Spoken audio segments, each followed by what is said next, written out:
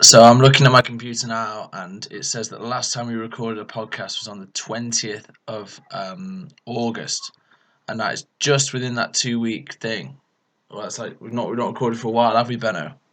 It's been a while. Time's just got away from us. It does, yeah. But then again, like we are struggling for stuff to talk to, so that's not necessarily the worst thing in the world. But it's okay. We're here. We're back. View from the Hazards, episode 28. The Instagram. 28, love it. To be fair, the Instagram channel keeps people interested, so it's all good. There you go. We're actually going to do a bit of practice. Get some drills in there. Exactly. Yeah. Did you get any? You had a hit with Darren today. Did you get any footage? No footage, to be fair. It was quite high. Honestly, it was genuinely a good stand. Like we had some good rallies, just I didn't win any of them. Like it's okay. It's okay.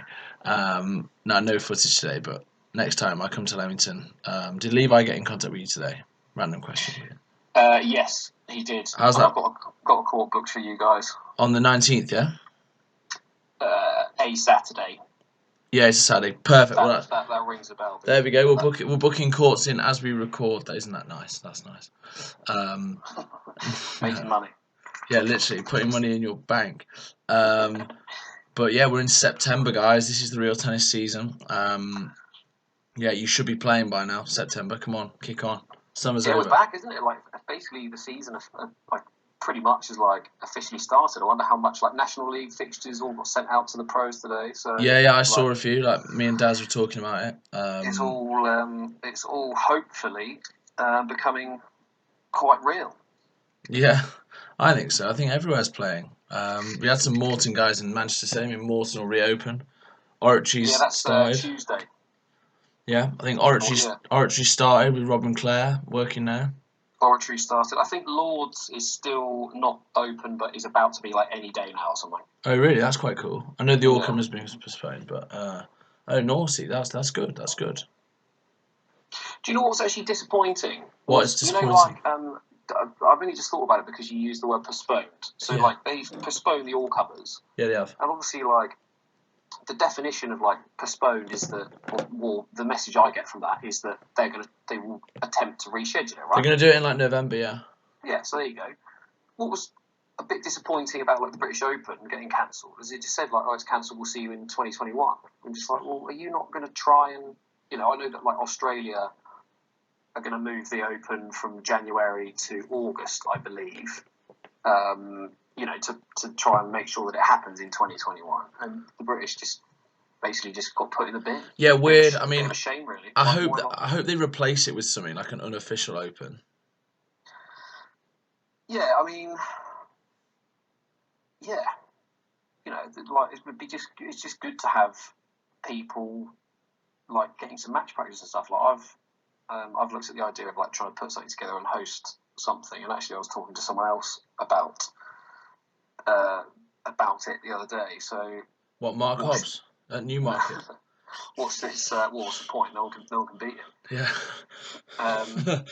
So watch this space. There might be something happening, but Ooh, yeah, I mean, it would be nice for the governing body. I mean, I'm not having a pop at anything here at all, but it would be nice for the governing body of like UK tennis to try and put something together for the UK players. I think so. Yeah. I mean, yeah, I'd be there if anything happened. Just keen to play. I'm actually playing quite well, which is good. Exactly. It'll be interesting to see. What will be interesting to see is when like National League kicks in, is like who's been training. Do you know what I mean? Mate, I reckon I could play a match tomorrow, and I just wouldn't even like. I'd feel in practice. I'd feel like a normal match. Like it wouldn't feel like exactly. I've not played for ages. You're going to get a few like not like surprises necessarily, but like. And not even bizarre score lines, but a few kind of results that you kind of raise your eyebrows at a little bit and kind of go, right, that person's obviously been training, or that person's obviously not done anything. It works both ways, doesn't it? Because you could argue that maybe people have just got better, but there's been nothing to show for it. Well, yeah, and also,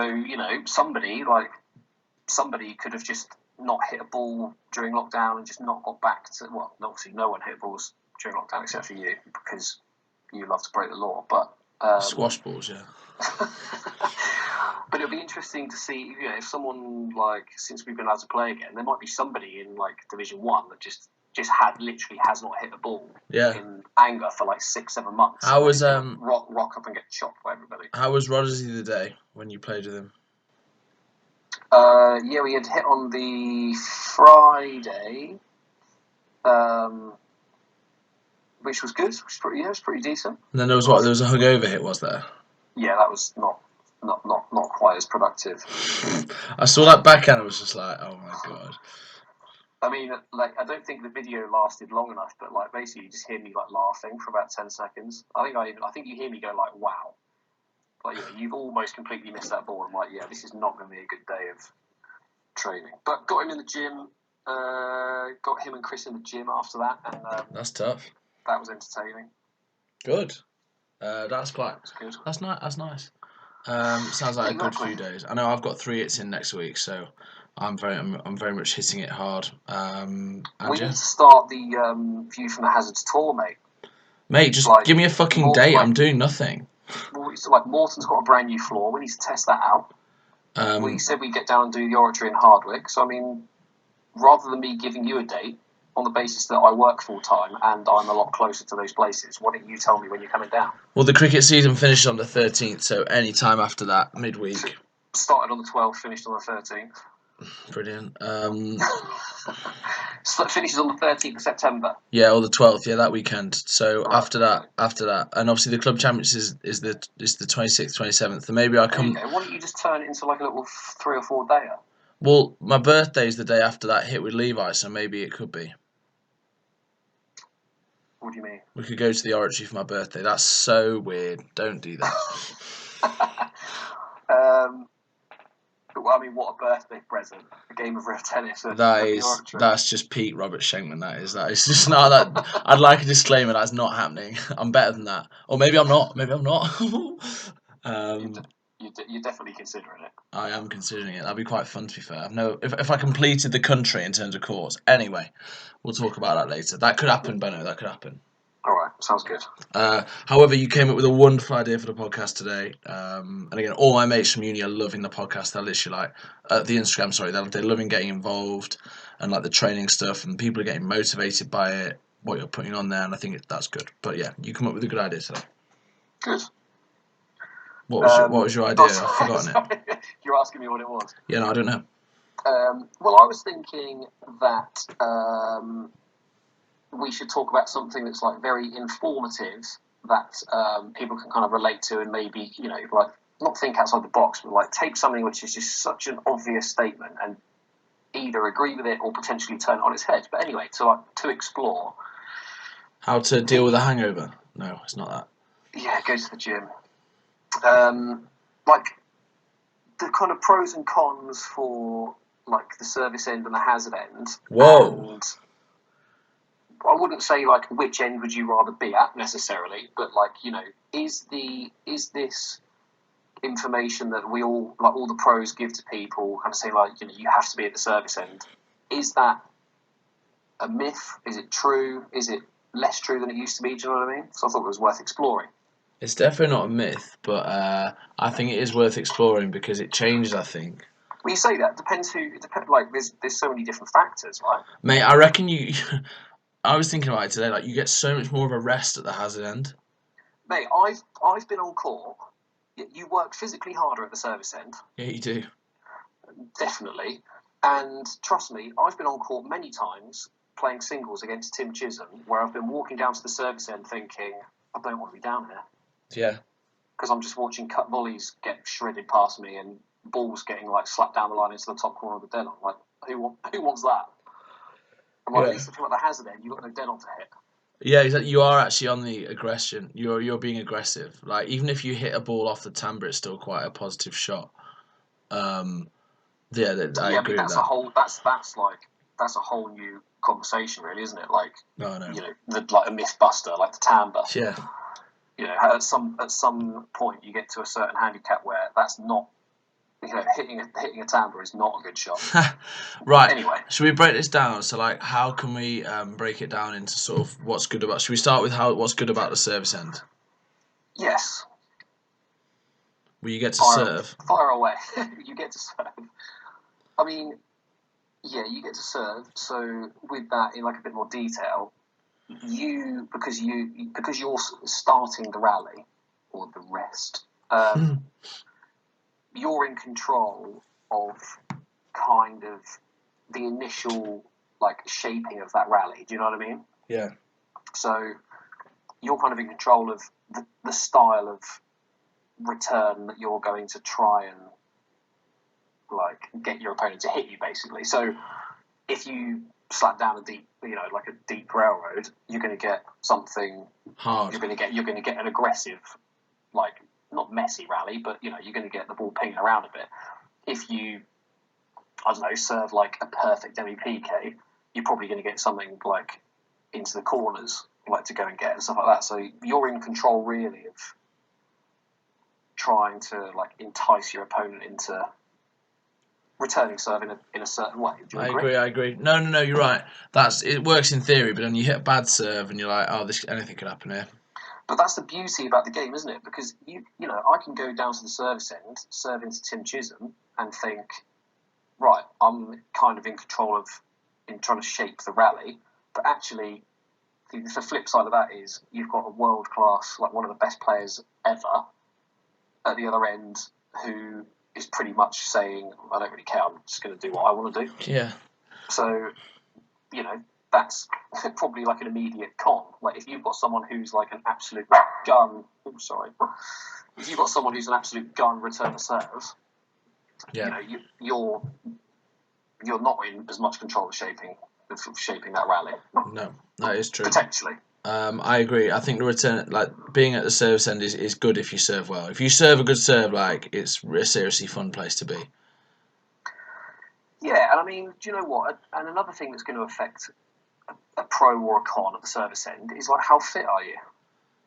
That sounds like silly, yeah. but if you're not fit, then the service end's not a fun place. No, it's not, is it? It's not. It's not a fun place because you're being pulled from pillar to post. Yeah. So you've got to be prepared to like work your socks off down there. And I remember having like a conversation with Rob. Actually, it was quite a few years ago now, and he kind of said like, you need to get a bit fitter. Shock. Ha! And you need to stop having beers with me. you need to get a bit fitter, and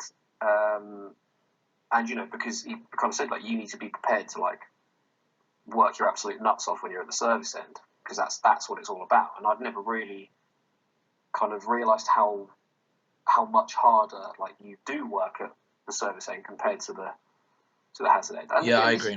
This is all basically on like this is all determined by the level of play, right? Yeah. If you've got like a couple of like higher handicaps on court, then they're not going to have to work physically anywhere near as hard at the service end because their serve's doing a much better job. That Tampa corner is a much bigger, like it's a much more fruitful area of the court than it is for someone like me or you or something. So yeah, obviously it kind of depends on the level, as it were. But yeah. So all right. So well, I suppose if you kind of say like what's a con of being at the service end, what you're basically saying is it's like a pro of being at the hazard end, right? Not necessarily. Like kind of the sort of the same thing sometimes. I think a negative of being at the service end is maybe well, yeah, we obviously mentioned the physical side. I think maybe you're on the defensive immediately. You could argue. Well, that's just it. Like that's the really big point that like I wanted to like delve into is like people kind of go, oh no, you've definitely got to be at the service end. And I'm like, right, yeah, you're right. The court is set up for you to win at the service end, but like something I say to my members all the time, and again, this is where it's a bit different. It depends whether you're left-handed or right-handed. But if you could have any ball in the world to try and kill, or stereotypically the easiest ball in real tennis is a ball off the penthouse, right? Yeah. And yet, when you're serving, you have to put the ball onto the penthouse. Like that's literally one of 3 rules of serving. Yeah. Put the ball on the roof. So actually, you could argue if you're an absolute gun returner server, that's great. It's my first. It's my first option it's my first chance to attack because I've got a ball that is guaranteed to be on the penthouse. It's a good way of thinking about it. Yeah. So, yeah, when you say like you're on the defensive immediately, again, like depending on the level you're playing at. But I remember chatting to Chris Ronson when I worked at Hampton Court, and he was like, "Look, you give yourself a hard time about not being a good server and stuff like that. What you've got to remember is like you're playing against like the best players in the world. How good do you think your return serve is?" And I'm like, and I said, I think my return serve is one of my like stronger parts of my game. It is good. And he's like, okay, so do you feel like there's anyone in the world that can serve you off the court? And I was like, no. And he's like, right, so you have to understand that that's what people think about you. Do you know what I mean? Yeah, yeah. So your serving might not be as bad as you think it is. It's just everybody is so good at returning serve now. You're just not getting anywhere near as many like loose returns and stuff like that because everybody is so good at returning serve, and they are. Like it's pretty rare that you'll find a bad return. Yeah, you bad don't get return a server in like the top 20. I think as you get better, there just aren't aces anymore. Like an ace is like lucky, like it never used to be. Whereas you get so many more unreturned serves. Like I think, let's say when I've played tournaments and stuff, and you have like a group stage, and there's people who are in the 20s maybe, you can win so many free points just by serving a good serve. Whereas, yeah, exactly. So yeah. like that again, like if you picture like a graph or something, that the serve being an outright weapon decreases as the handicap level increases. Yeah. Right. So there is a line. I don't know where it is, and sort of many factors, but like serving is not a weapon for me because I can't win points with my serve. Yeah. Like you're serving to me to try and promote a certain return. You know the return's going to be good, but you're trying to like encourage me to hit a specific shot to you. Right? You're not trying to ace me. Yeah. Well, I mean you are trying to ace me, but it's not going to happen. It's nice if it happens. So, if you're a 40 handicapper, I'm like, right, you should be serving to win the point. No, you actually should, yeah, like ripping a sidewall and you probably win it. You should be absolutely serving to win the point. You've got the ball in your hand, so go for it. Yeah. But then there comes that time where, or that handicap level where everyone's getting them back, and they're going to be getting them back with a bit of interest. And then you get to like the top level, and it's like, right, basically, pick your poison. Do I want this guy slapping main walls at me? Do I want them ripping cut volleys at me? Those are pretty much my two options. Which one would I rather? And then serve in a way that try and makes it as difficult as possible for them to hit a good one. But it's not. It's just not easy at all. So, yeah. I mean, again, like that's probably quite. I think that's interesting. I don't think a lot of people would be aware of that. So when someone says that, it's a massive advantage to be at the service end, no, it's not. It's not. Depends which what handicap level you're talking at. This is good. This does change. This is where this podcast literally just destroys myths. It's like Mythbusters. Honestly, we actually are. This is where we're good. We're good. We're growing the wider game. Everyone can think about this, but yeah, I completely agree. Service end is not that much fun. Like today, I was serving and like Daz is like hitting main walls past me, and obviously, fair enough. I'm decent main wall return. I can get them back. So let's see if I get back 2 out of 3, I've done well. But very well. Yeah, exactly. Shock, I'm good. But like, so I think you're so tired after, let's say, getting a main wall after serving a railroad, then you've got to return a main wall, and then you're under pressure again, and you're like, oh my god! Like before you know it, you're 30-15 down. So let's say I somehow win 1 out of those 2 I return, and that's lucky. You're still 30-15 down, aren't you? And supposedly you're at the service end, you should be winning. It just doesn't work like that. Yeah, so if you think about, like, at some point, there was an era where the main wall force didn't exist, right? Or a straight force didn't exist. Yeah. And the railroad didn't exist. Yeah. So you would, in that era, people would be putting the ball up there, and to get the style of play and the tactics would have been get good chases. Mate, if people hit the ball on the floor to me on the return serve, I'm literally like, oh my god. Like that's how that I think is when, rather than when it's a force, I think just a normal cut ball is like that's where the server's in control. And I think the more balls you get back, the percentage swings in your favour. Whereas if it starts with a good force and you return it with a volley, that's where it's in that hazard person's favour. Well, that's what I mean. So back in the olden days, whenever it was, Yeah. like when they were all kind of just engaging in these cross-court rallies and like chopping the balls into the corner and stuff, which modern day players doing as well. But like at some point, that would have been the only thing that a generation of player did. Of course, the server has a massive advantage. Yeah. Because they're putting the ball on the roof, but no one's getting in there and hitting a volley return. No one's thinking about the dead on. So, like you say, if I played a match tomorrow against somebody, and they said, right, you're not allowed to. You can only chip into the corners. Yeah. You've got no fear at the service end, right? Yeah, I'll tell you what. I'd love you to do that. In fact, do you know what? This happened last year at Leamington. So we have like a big singles and a big doubles event once a year, which is national, and we always try and put something on, like some kind of demonstration match on the Friday. Yeah. And for one of them, for the singles, we try and do something very serious, and for the doubles, we try and do something a bit more fun or a bit more of a kind of a challenge. And last year, Darren came down and played me, and we played level. But the handicap was I was banned targets. Banned targets. So there's no so you just played normally then. So so basically I attacked the grill corner with as much aggression as I normally do. Yeah. And so I was banned targets, and he got double points for a target. How did it finish up then?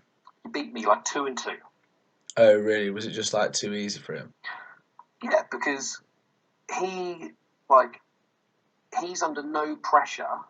To serve well. Yeah. True. Under, like if he's retrieving, he's under no pressure to not retrieve too badly, because all I can do is chop it in the corner again. So he was like, we both said to each other, like after 2 games, we were changing ends, and I said to him, I do not have a prayer of winning this match, and he just went, yeah, I've just made that exact same realization. There's no way you can beat me. Because the difference there isn't even the double points for a target, because the chances are he'll still have the same amount of chances. It's just that like there'll just be too many balls he can get back. So in that like match, he's serving railroads at me, and all I can do is either hit a boast or a drive or chip it in the corner. Like the option of an outright win. So basically, he served a handful of bad railroads at me, but all I can do is chip it in the corner. You know. Yeah. So anyway, like, without kind of going off topic too much, like with that, in that kind of era or that style of play change, when the railroads come in, the dead on gets used more. You know, people are returning serve on the volley. That power of the service end is nowhere near what it used to be. Agree. Yeah. Because the people at the hazard end are just aggressive. Go on then. Let's talk about the hazard end. Then why is the hazard end good or bad? So it's bad because you've got the worst corner on the court to deal with. Like the grill corner is the toughest corner of the 4, and it's tough because you have to read better. Yeah. It's also tough because you can't really afford to get away with anything loose. Yeah. Because if you're loose, then it's 2 targets. Easier for the other guys to pull the trigger. You've got the two targets which you can't defend. The timbre adds a bit of difficulty. You just got to hope they don't hit them, or don't give them an opportunity to hit them. You can't defend a winning gallery, can you? You just got to make sure you don't put them in a situation where they can hit it or try to. It's definitely not easy, but a big advantage I think of being at the hazard end is basically the way I look at it is like, right, I've got the first chance to attack here. Yeah, it's true. Even if you're playing badly, just spending a bit of time at the hazard end is decent, because at least you can attack. Yeah, and that's because I've done a lot of work on return of serve. It's a mentality thing. Someone else if you're a lefty with no backhand, then the hazard end is a horrible place to be because you're not thinking, I'm going to attack that first ball. You're thinking completely the opposite. You're thinking, God, I've just got to hope I get the first ball back. Yeah. So it is going to be, that hazard end is going to be much more like daunting for some people than others. Like that spread of how comfortable people are down there is going to be huge based on like whether they're hitting a forehand or a backhand return, how physically strong they are, that kind of stuff. So then, like I can't think of the word because my brain's full of beer, but the the options, if you like, are like there we go. The variables. That's the word I'm looking for. Variables, woo. The variables are huge. What do you? Okay, when we're practicing, what are you thinking at the hazard end negatively about, what are the cons for being down there against me if we're practicing? I mean, how do I get the ball past you? Where do I get a point from? Why does he keep? Why does he just have like astonishing lengths to both corners? Not even that. Like, that's an issue. That is an issue because you're one of the few players in the world who can like go both sides on your backhand, and like you can attack both corners, whereas most people will just go to the grill corner, which is fair enough. And generally speaking, if you get into I'm going to say backhand to backhand exchange, assuming just because of right-handers, a grill corner to traditional serving corner exchange, the court is set up for the server to win that. 100%, yeah, 100%. So if that's all you're doing, then the server should win more of those points because you're going to get more misreads and stuff like that. But as well, I always think when I play with you, like I can't force, but it's not the case because you actually, unless you are getting loads of chances to force and attack the dead on, you're going to really struggle to get near it. Yeah, and obviously if you're playing like players of a certain standard, and this is at every level. If you've got like a slight discrepancy of quality, let's say you've got two guys and like the handicap difference is 6, it's 15 love. At whatever level, whether it's 3 to +3, whether it's 20 to 26 or 50 to 56, if you put that better player at the service end and they're better, it's pretty difficult for the guy at the hazard end, because of the misreads and stuff. But like you say, when we're practicing, it's quite difficult for you to get like outright chances to win the point because I can soak up your pressure a bit better than someone who plays off 5 can. That's why I just hit last gallery. Yeah, well, and do you know what? The amount of people that think it's like boring and stuff, and you're just like, well, it's not even boring. So I can't do anything. I was like, no, it's either last gallery or hit some drive or something. Then? Just stand around at the hazard end trying to spend 4 games trying to get my chase 2, which I go down there and I win 1 point, but I'm 4 love down. I remember playing a match once, right? And I actually didn't even win the match. And I'm not even going to say where it was, but I remember I was hitting like second gallery. This was in 2016, I think. I think it was in 2016 or 2015. I don't know. And 2016. And I kept on hitting second gallery loads, and because Oxford's obviously like a small court, so you don't actually have to do that much to get it in the galleries. It's easy. And my opponent was just like, "Oh God, it's so boring." And I remember saying it, and like just like implying that I was floating loads into the galleries, and I was just like, "What a knob! Like, what do you want me to do? Like with the hardest timbre in the world? Like, great mate, we'll try and play a few better shots so I can't hit the second gallery. Like." Honestly, I'm more than happy to engage in rallies with you, mate. But I'm not going to win them from the service end. Like, do you think I'm going to stay down the hazard end at Oxford? Nice one. It's just literally like a bit of perspective. Like, do you think you're so flair because you're at the service end? Like, well, yeah, you have a go at the hazard end. Let's see how it goes. Yeah, I remember playing. I remember playing Cam at Tuxedo in the US Open a couple of years ago, and I just hit I'd try and be like super aggressive with my return. And anything that came back and hits the galleries. And he's kind of scoffing. At one point, we're changing it, and he's like, "Is that all you're going to do?" And I'm like, "Yeah, that's all I'm going to do." Because what he wants to do is he wants to run around and have 15, 20-shot rallies because he's the best defensive player in the world. So why on earth am I going to engage into that, into that style of game with him because I'm going to get murdered. I mean, I got murdered anyway. I take their point. I'm really going to get murdered. I take their point if you're turning down like high back walls, which you could force or hit to 1 yard, and you're hitting second gallery, or let's say you're getting balls like easy balls off the, I don't know, right at the front of the court, and you're just hitting second gallery. Like, fine, I take your point if you're being like that's a big negative, but if literally, but what you're saying is, I want a chase, and this is a guaranteed. No, I know. This is a guaranteed chase. If that's what you want to do, then... I remember Fowler said to me on a high back wall, he was like, "That's either dead on or 1 yard," and I was like, or he was like, "You got gallery or 1 yard," and I was like, "Right, yeah, good point." So I guess you're finishing the point in a way. But still, it's not. You're ending the rally. But like, let's say if someone's hit like round the walls on a backhand and you hit a backhand into the second gallery, that's not boring. Like, you've hit a loose shot at the service end, you don't deserve to call anyone boring. Like, just hit a better one next time. So do you know what I would have said to that person who played you? What would you have said? said? Oh God, I would have gone, right, if you're going to hit loose balls, I put them in the galleries, don't hit loose balls. And if you're kind of saying, oh, that's boring or whatever, I'm giving you second gallery or last gallery to beat every time. Yeah, so exactly. Actually what you're doing is you're taking a risk by giving them either 7 or 10 yards to beat.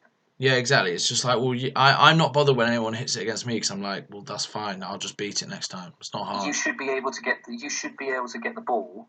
You know, so if you chip one into last gallery, and that person's like, oh God, you stuck it in the galleries. You're like, mate, when we change ends, you've got 14 yards of court to play with because you've got from last gallery to the back wall and then back again. Why are you so worried about it? You should be able to beat that like piece of cake. Exactly. So it's interesting. You're actually taking a risk by creating a poorer chase than if you decided to have a go for the corner. The obvious risk with trying to go for your chase one is they might get it back, and then you have potentially wasted, you've not capitalised on the opportunity you had. One reason, right, to slightly change the subject, one reason the hazard end is worse is because I think there is more like scope for variables to be in play. Let's say bad bounces, spins off the roof, like you're in much bigger trouble at the hazard end than you are at the service end. Well, those variables of bounce and stuff are just as likely to happen at the service end. No, I know, but like, let's say it's just they're like because they're amplified. They're amplified from the hazard end. It's yeah. Like, let's say if it spins back and it goes flush. It's going to be a chase rather than that's an outright point. Or let's say, got you. Yeah, sorry. Yeah, you've got the kind of the stroke zone. Yeah, or it hits. Winning zone. It hits like a gallery ledge and goes forward. It's a hazard chase rather than you've just lost the serve, like stuff like that. Like nicks, like a nick, like a flat nick. You've lost the point rather than that's 4 yards. Like something like that. You are constantly defending points, whereas at the service end you're kind of defending chases. Yeah, definitely. That's another reason why the hazard end is worse. That you are more on the wrong side of luck. Yeah, you're defending 14 yards of free space, which is points. So that's that's not much fun. Plus, you chuck the timbre in there as well.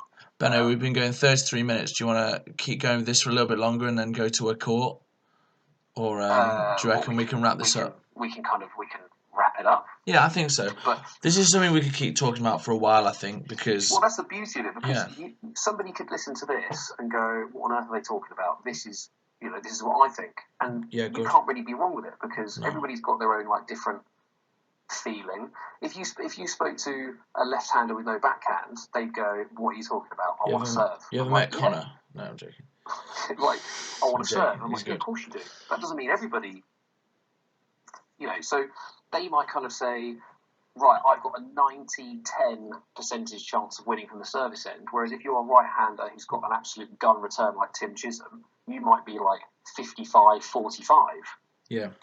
from the service end. So you're spreading your points more evenly. And you know what? That is where everybody has got so good at like returning serve and stuff that there's more points. It's like the ability to win points from the hazard end has got better. Therefore, like if you break down how many points everybody's won and you like percentage it to which end they're at, it's much closer to 50-50 now than it would have been 30 years ago. Yeah, I think that's true. So, yeah, all I was kind of thinking at that point is like, we all as pros tell like the members, you've got to serve, and stuff like that. But basically, if you have to kind of prepare yourself to be at the hazard end for a fairly lengthy period of time for each match. So rather than kind of thinking, oh God, it's all doom and gloom down here, have a strategy at that end to either try and win some points or get out of there with hazards or with chases or with galleries and stuff like that. So I just think it's nowhere near as much of a disadvantage as it used to be, and that's why I wanted to kind of explore it, because No, defo. I'm happy at either end. Yeah, I personally. I know that when I'm walking down to the service end, I know that I'm going to have to work very hard physically. Yeah.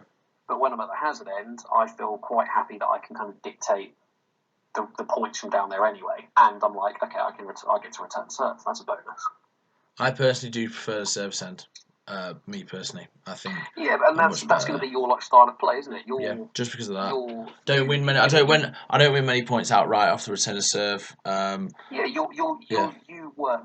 are a hard worker. You're a grafter, and your style of play, you're a rallier. So you like to kind of soak up pressure. So of course the service end is going to suit you. Of course. There we go. You'd rather do it at that end than try and charge around at the hazard end. Which is a waste of energy and time. But that is for another day. It's been a good little discussion, to be fair. Guys, what do you think? What's your preferred end? Even if you don't play real tennis, do you prefer the hazard end or the service end? That'd be a good poll, I imagine actually. Everyone's going to say service end, but it's like, okay, have you actually ever thought about how you can improve the hazard end or make it less? One final thing I will say, and just coming to my head, my dad actually, what he's working on with me when we go on court is working on his force. Like, we do 2 baskets where I serve railroads, and he just forces. His main will forces, because he's like, as I'm getting older, I don't have the energy to actually just play hard at the service end anymore. I need to win more points at the hazard end, and I'm like, that's actually quite a good way of thinking about it. Yeah. So how are you guys listening? You gonna take this on? Do you reckon this is flashed a light bulb? Do you reckon you can improve by just boosting your return serve? I don't know. Who knows? But there we go. We've put it out there, guys. Well, go and have a lesson. Yeah, do that. Make that hazard end less daunting. Grow the game. Indeed. Well, I don't know what court we're on today, mate. Just quietly. We did Cambridge last time. We're in Newmarket. Yeah, exactly. We're just jumping in the car, nipping onto the A14 for about half an hour. Going past the Godolphin stables into Newmarket. Yeah, shock. I'm good. Have you played at Newmarket? Yeah, man. Went on a cricket tour to Suffolk in. Oh Jesus Christ! Was it last summer? No, it was 2018. And I played Newmarket. I was a little bit hungover, so I was in a terrible mood, but I played okay. It was fine. It was good. Yeah, so you drive past the kind of race course and stuff, and then as you kind of... Do you know what? It's actually like the location is very good. Like, it's just in one of the streets, like behind the high street, isn't it? So it's central, and it's like in a good spot. Yeah, I know. I remember there's loads of charity shops as well. I got a CD. I'm sure you absolutely loved it. But yeah, it's like a colourful court. Is it like pink or something? As with everything, I'm going to tell you that I cannot remember. I can't remember the colours. The year. I can't remember the year. Oh wow. What do you know when Newmarket was built? Was created? Wasn't it rebuilt in the 90s or something? No. Oh, I don't know. Let's have a look. I'm not 1901. Really? Wow, that old. 1901. Yeah. And yeah, it's a kind of the kind of traditional terracotta-y colour floor. I'm pretty sure the penthouses are blue. Yeah, that's quite true. I think it is blue. Because their kind of colour scheme of the badges is blue, burgundy, and gold, isn't it? So here you go. Let me find a picture. I've got it right. Sidewalls. The penthouses are blue and the walls are kind of grey. From this picture, the battery wall underneath the galleries looks like it's blue as well, and then the main wall's black. But that can't be right. I don't really remember much about the colours, but I just remember it's pretty slow court. Would you say that's true? Yeah, I played there. I've only played there once. I did a demo match with Hobbsy. Well, you definitely lost then. Yeah, I did. Yeah, I gave it to him, didn't I? For context, basically, but when I came to Leamington for uni, whatever, in 2016, I remember Ben telling me. I remember asking Ben about Mark Hobbs, and he said he's the best player in the world on Newmarket. He's really good, and I was like, oh my god. So basically, when we practiced, I always used to be like, oh yes, Hobbsy, come on, because apparently he's a really passionate bloke. Might be listening to this. But yeah, so like there was a sort of running joke in our practice that Mark Hobbs, like, oh, that Hobbsy would play that shot. I'm sure I heard like Andrew Nibbs once say like no. Yeah, this is it. This is where it came from. This is where the whole thing came from. No one beats Hobbsy at Cambridge. No, it's Newmarket. At Newmarket. Mate, they'll smash him at Cambridge, but not down the road. Yeah, and so there's the kind of running joke that he's invincible there. So that's basically when I went there, I had to ask Andrew Nibbs. I was like, oh my god, I've got to find out if it's true. I was like, yeah, was Mark Hobbs like really good at Newmarket? He was like, yeah, he knew that court really well. I was like, oh my god, it must be true. Oh yeah, so I've only played there once, and yeah, I remember it being like quite slow. I think I remember the wall under the grill being a bit iffy. Yeah, it's just dead. Just a bit dead compared to the rest of it. But yeah, perfectly nice court to play on. Very, very kind of middle of the road as far as I can remember. Not especially quick, but not like super slow. Yeah, I don't really remember much. I don't really remember much about it. But yeah, it doesn't cut like anything. It doesn't like rip down, but it doesn't bounce over your head. Yeah. Just fairly kind of middle of the road from memory, but I could be wrong. We should get Hobbsy on to tell us. Oh, he'll be able to give us every square inch of that place. Mate, he'd know the corners. He'd know it well. Absolutely. But yeah, no, I don't think either of us know too much about it. I know that yeah, it's still there, which is good. I mean, yeah, like nothing's hosted there. They don't play National League. That's always good. Yeah, it would be great to like have more reasons to like go over. Well, with the home of tennis next door, I mean, it can't be easy. That's true. That is true. Yeah, it's just one of those like things. What's amazing is you get to certain courts that you like play on once you get to a handicap level. So once you get to like be better than 9, you know that you're going to play at Queen's every year, and you know you're going to play at Oxford. That's the true. moment you get like better than 0, you're now never going to play at Oxford. Thanks for that. It's just. Wish I could. So it's just a shame that you'd love to see I'd love to see more stuff at all of these places in the UK. Same. But it always comes down to money, and obviously Newmarket have got no reason, like at the moment, player-wise, to have like a Division 1 National League or something like that. But maybe we should do it. Maybe we should get over there on the tour. Well, yeah. I mean, I'll happily if I get paid, I'll play. Like I would happily go and practice on some courts that I've not played on for years and years. Just for the Instagram. I'd quite happily go and have a hit at like Newmarket and the Green Court at Cambridge. Yeah. Because we play, like every time you go to Cambridge, you play on the blue one. You just go past You just go past the pro shop, and they're like, "Oh, you coming on?" No, we're going on the green. See you later. Yeah. So yeah, we should do that. Just go and get in. Well, Oratory and Hardwick first, because then I've completed the set. That'd be Oratory, good. Hardwick. We'll have to do a little like. Well, I mean, to be fair, mate, we could do like an hour at Newmarket, an hour on the drive over to Cambridge, hour there, and then just get on the beers. Any more silly questions? Yes. It's just, it's perfect. I mean, we can't really do Oratory, Hardwick, and then get on the beers because I don't really know what Pangbourne has got to offer. I thought you were going to say on a Saturday night. I thought you were going to say like, well, we can't really have that many beers because you can't keep up with me. But I was like, well, that's true as well. Yeah. Right. Okay. Well, I can't think of any players who come from Newmarket really off the top of my head, but yeah, I'm sure we can like sort of rank it, I guess. Well, because Hobbsy is, I think Hobbsy's a Cambridge He's guy a Cambridge man, initially. yeah. So, I don't think Andrew Nibbs is from Newmarket, but He's I from could be wrong Cambridge. there. He's from Cambridge. He's from Cambridge. Right. Okay. Well, could this be the first place then that we've come to where we can't think of someone who's been very, very good? Who's come from there? Yeah. Yeah, I think it is genuinely. I'm struggling. I'm really struggling because they all come from the home of tennis. Stop saying it. Well, anyway, where is it? Where's it ranked? Mate, happy to play there? You're playing the World Championship Living A there. You happy? not really. It's in my lower third. Not really. I just You're didn't happy, not really. look. I just went there, and I just didn't think it was a great court. I just didn't think it was great. I just really didn't think it was that good. Yeah. Do you know what? I mean, unfortunately, I'm gonna have to say the same for the exact same reason that I've had with a couple of the others that I've put down there. It's just I don't have enough experience there.